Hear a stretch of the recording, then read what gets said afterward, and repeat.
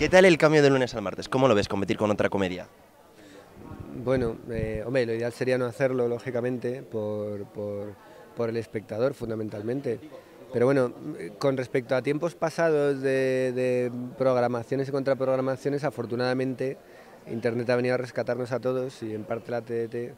Y yo creo que ya hay muchas posibilidades de ver lo que te apetece ver casi al minuto siguiente, ¿no? Entonces, bueno, yo no creo que nadie vaya a dejar de ver dos cosas que le apetecen porque coincidan, ¿no? Luego lo que pasa es que, bueno, es cierto que luego al final lo que cuenta en la noticia es el dato concreto, ¿no?, de la emisión en antena, pero bueno, cuando acaba el capítulo te pone ya disponible no sé qué, te pinchas, te lo ves. Que es lo que se queja un poco Javier Olivares, que siempre dice, joder, no se tienen en cuenta las reproducciones que hay después.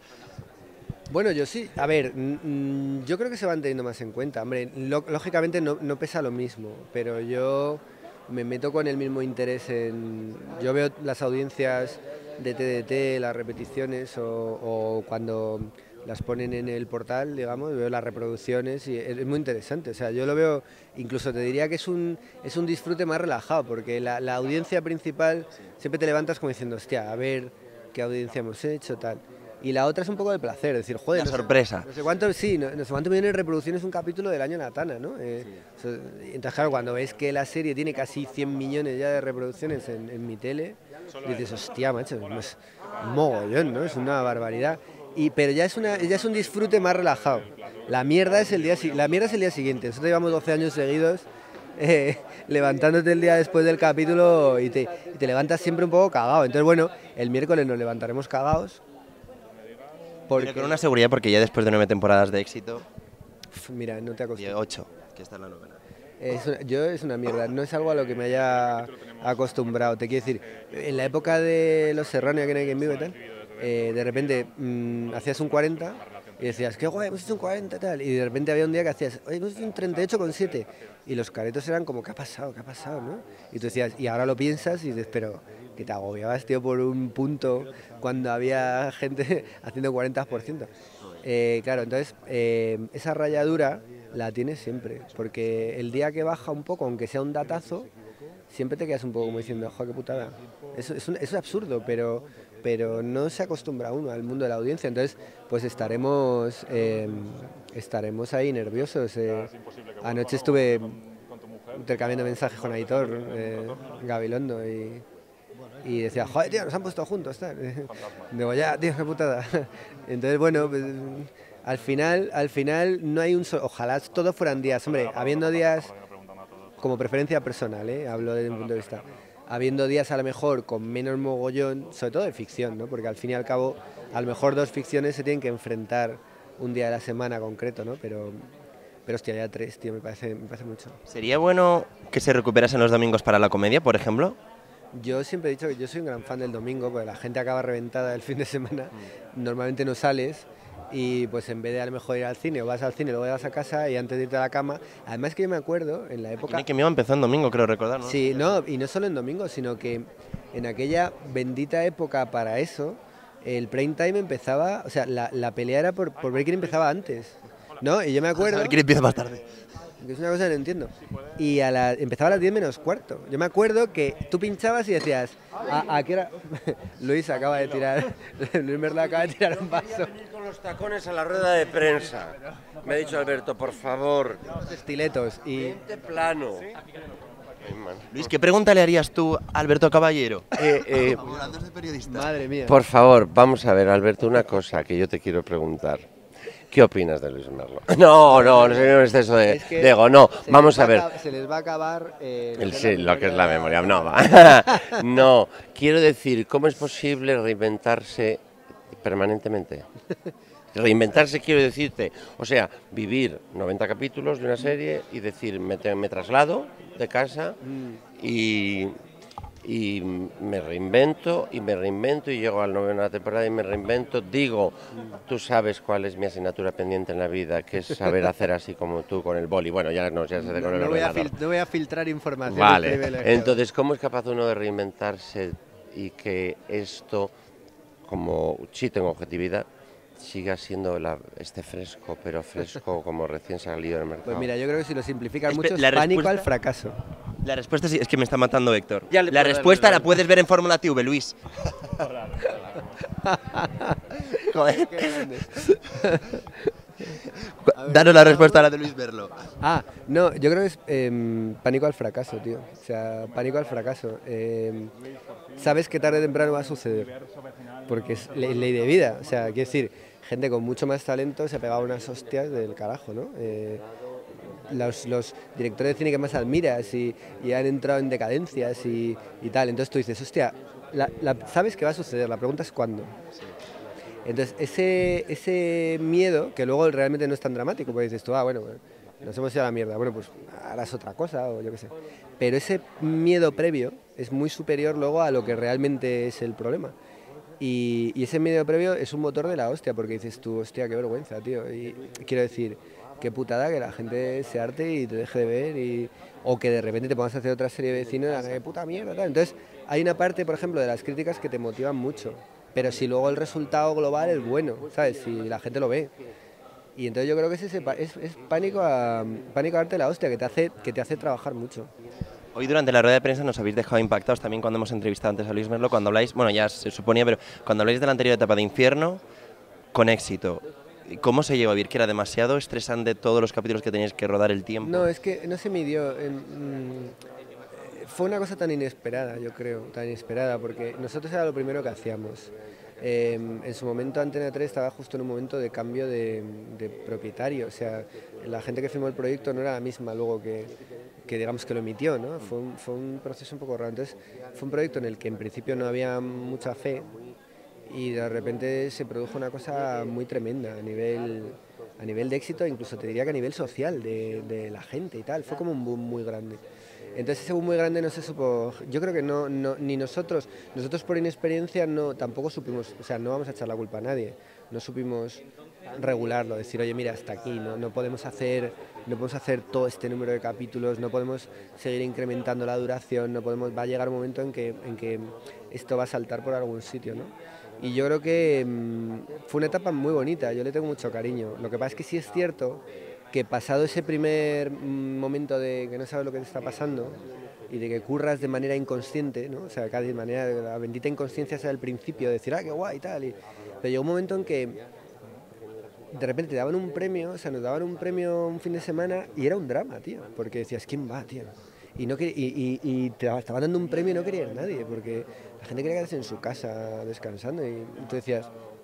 Entonces, con el desgaste que provoca el tiempo, te vas preguntando qué sentido tiene eso, ¿no? Hubo un año que hicimos 33 capítulos, nos sentamos en una rueda de prensa, los actores y los creadores, y de repente dijo el director de ficción, entonces dijo, bueno, queremos anunciar la producción continuada, ¿no? Entonces nos miramos todos como diciendo, producción continuada, ¿qué es eso, no? Y era que íbamos a estar grabando y emitiendo todo el año. ¿Y eso no lo sabíais vosotros antes de la rueda de prensa? No, te juro que no. O sea, nosotros nos dijeron, oye, vamos a hacer otra temporada, vale, pero tú te imaginabas, decías, bueno, pues si hemos hecho una de 13 o de 17 y luego otra de 13, pues habrá un parón. Y de repente fue un infierno, porque entonces ya preguntamos, dijimos, ¿qué va a ser esto? No, es que hemos firmado 32 capítulos, ¿no? Imagínate.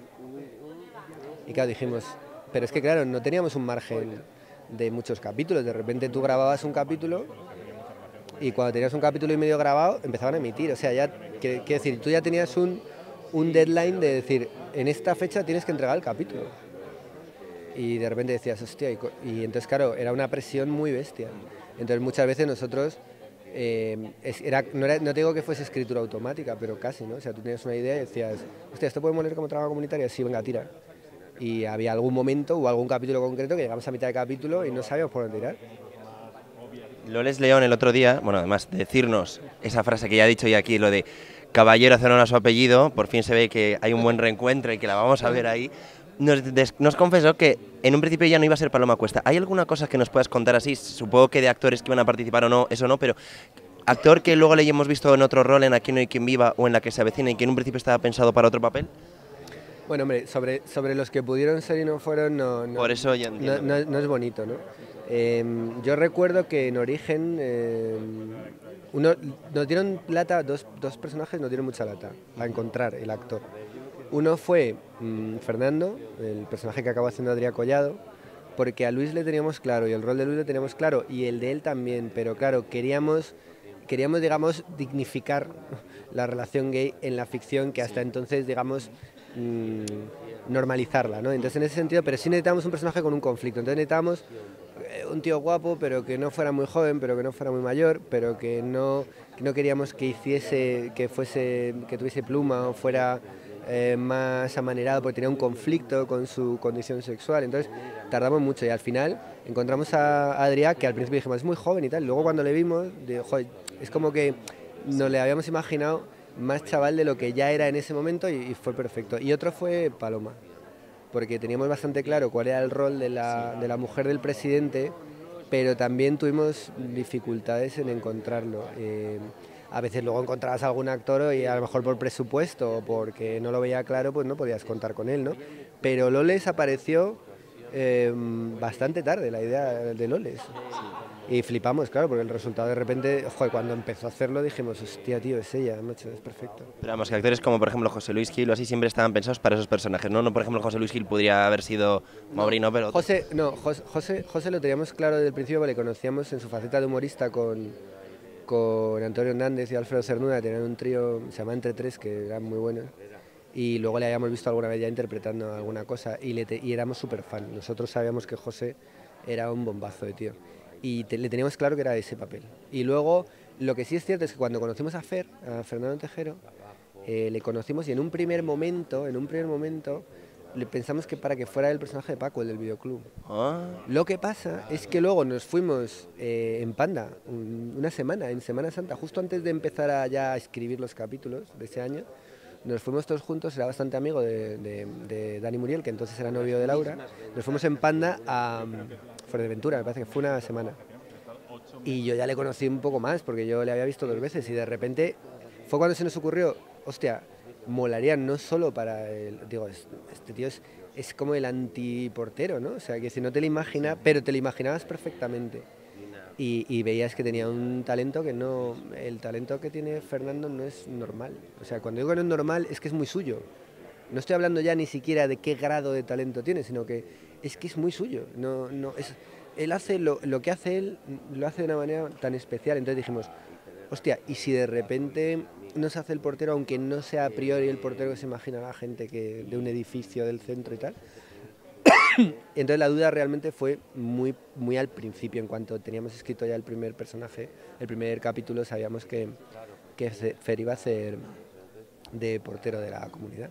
Pero así más no recuerdo. Luego tuvimos también algún debate con las chicas, con Alicia y Belén, pero más que nada era por cómo veía la cadena o cómo veíamos nosotros el perfil de alguno de esos personajes. En aquel momento en que te pones a hablar con la cadena a priori de cosas tan genéricas, ¿no? Entonces ellas querían, el personaje de Alicia querían como una tía muy buenorra, muy rollo la Pataki, ¿no? De hecho al principio se planteó, incluso yo creo que recordar, se planteó la Pataki. Lo que pasa es que nosotros como queríamos que fuera una tía con ínfulas, pero que realmente como que no daba de sí, o sea que realmente ella creía que tenía talento, pero que no tenía talento, nos apetecía una tía que tuviera una pinta como mucho más particular. Y entonces Laura Pamplona, que tiene una personalidad muy bestia, reunía un poco las características de físico peculiar, pero que sí pudiera ir de tía buena, ¿no? Entonces enseguida tiramos por ella, pero así muchas. Malena hizo casting, Laura la conocía de haberla visto, pero no era muy conocida en aquel entonces, ¿no? Hizo una prueba súper nerviosa, horrible. O sea, Malena hizo una prueba horrible. Y viendo la prueba con el Arnau y con mi tío, que era el productor, dijo, hostia, seguro que lo veis claro y tal. Y fue Laura que dice, Malena es buenísima, tío, estaba muy nerviosa, es buenísima. Menos mal, porque nos encanta. Y luego mira la que lió Malena. La que lió. ¿Y en la que se avecina ha habido alguna sorpresa así? Ya no te quiero entretener mucho más, pero... En la que se avecina, como teníamos bastante parte del casting claro, había personajes como, yo que sé, el de Pablo, el de Jordi, que habían hecho papeles pequeñitos en Aquí no hay quien viva, pero que les habíamos visto un potencial muy bestia. Y eso los teníamos todos muy claros. Y luego el personaje de Pagudo, de Javi, sí hicimos un casting bastante intenso. Pagudo pasó tres pruebas o algo así. Ese fue, digamos, uno de los... Porque a Macarena también la teníamos clara porque también tenía una tipología muy específica, ¿no? Entonces dijimos, hostia, ¿y a quién le iría bien y tal? Y con Javi tuvimos bastante intenso el casting, pero luego no ha habido, en la que se avecina no ha habido grandes dudas sobre los personajes, la verdad. No, y luego los que se han ido incorporando han ido apareciendo de manera bastante natural. Entonces, no, ten en cuenta que el primer casting de todos siempre es el más, hostia, ¿a quién metes y tal? Y no fue bien. ¿Nos puedes vender la que se avecina para que nuestros usuarios no se la pierdan? Joder, soy un vendedor horroroso, pero bueno, yo creo que es un trabajo honesto y creo que esta temporada hemos conseguido encontrar variaciones bastante chulas. Yo creo que la gente no se va a aburrir ni le va a sonar repetitivo, que a veces nos han acusado, pues eso, tal, no sé qué. No, yo creo que esta temporada está bastante variadito y las novedades aportan y sobre todo los personajes de toda la vida les están pasando cosas bastante intensas. Antonio, Berta, Amador, Maite, el propio Enrique Pastor, todos están metidos en situaciones bastante diferentes, ¿no?